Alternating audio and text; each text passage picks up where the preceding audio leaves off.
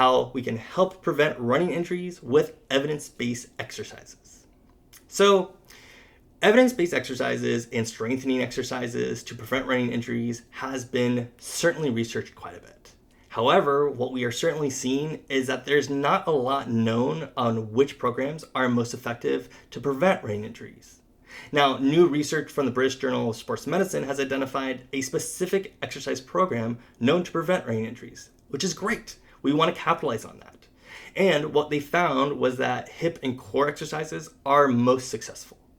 So let's talk about some of the clinical pearls so that you can take these and apply them to your runners. Hip and core exercises are the most successful to prevent running injuries, but those runners should perform the strengthening exercises 2 to 4 times per week. And also, we want to provide a decent amount of load, a decent amount of intensity to these exercises. Runners should perform those exercises until fatigue, but keep good form. And then lastly, there's also a foot and ankle exercise program that is somewhat effective in preventing running injuries. So let's talk about these a little bit more in detail. So if you want to see pictures of all of these exercises, you can go ahead and reference page 7. Also, online, I have links in runner resources that will take you to videos and explanations of all the different types of exercises that were in this program. So this program is going to support 8 exercises to reduce running-related injuries.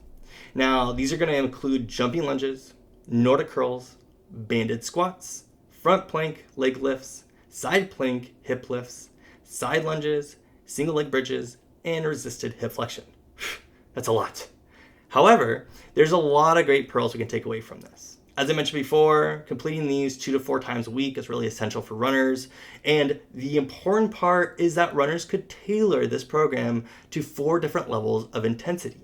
And now I'm going to show you 8 that I have found and see are really beneficial. However, I want to point out that there's different levels so you can progress these for patients. And again, you want patients to feel heavy completing these. You want them to be tired doing these. You want them to do it to fatigue. That's what's going to really help them. Now, it's important to note that these exercises were designed to have significant resistance on the runner. And while other strengthening programs have been proposed in the past, certainly not enough of them are providing enough exercise load. Only strength training with heavy resistance is really going to provide enough strength to withstand running impact forces and prevent injuries. That's a really important thing to keep in mind.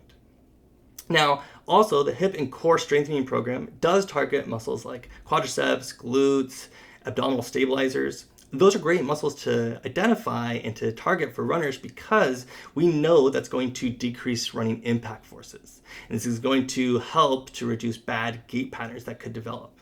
This would be like pelvic drop or medial knee collapse and a couple other lateral sway or lateral lean, things like that. However, foot and ankle strengthening programs are also good to prevent running injuries. Now, prior to the emergence of the hip and core program, we saw previous research that showed intrinsic foot strengthening to significantly reduce running injuries. Now, the foot and ankle preventative program targeted ankle stabilizers, and this has included exercises like heel raises, dorsiflexion with toe extension, toe flexion squeezes, arch lifting, resisted ankle inversion and eversion, and toe abduction and adduction.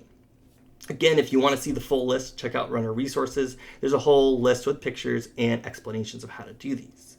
However, it's important to note that the foot and core muscles that were identified here, so really those foot intrinsics, they do improve running economy and performance, and they are known to decrease runner impact forces and cumulative load. So you might be thinking to yourself, why are you not recommending these foot and ankle exercises as much as the hip and core exercises? Well, the important part is going to be the intensity. The hip and core exercises had intensity that was progressed over 4 different levels, and runners were instructed to go until fatigue while they're doing those, while the foot and ankle exercises were performed at a significantly lower intensity. So clinicians should be aware that there's significant evidence for foot and ankle stability improving biomechanics. However, we should look to researchers to help us identify what some of the more intense exercises are, because we're going to need those more intense exercises to be able to accommodate runners, reduce impact injuries, and reduce running-related injuries. Okay, so let's talk about the different exercises. And I just want to show you this picture here. You have reference for it. You can see all the different hip and core exercises that patients did. Good to reference.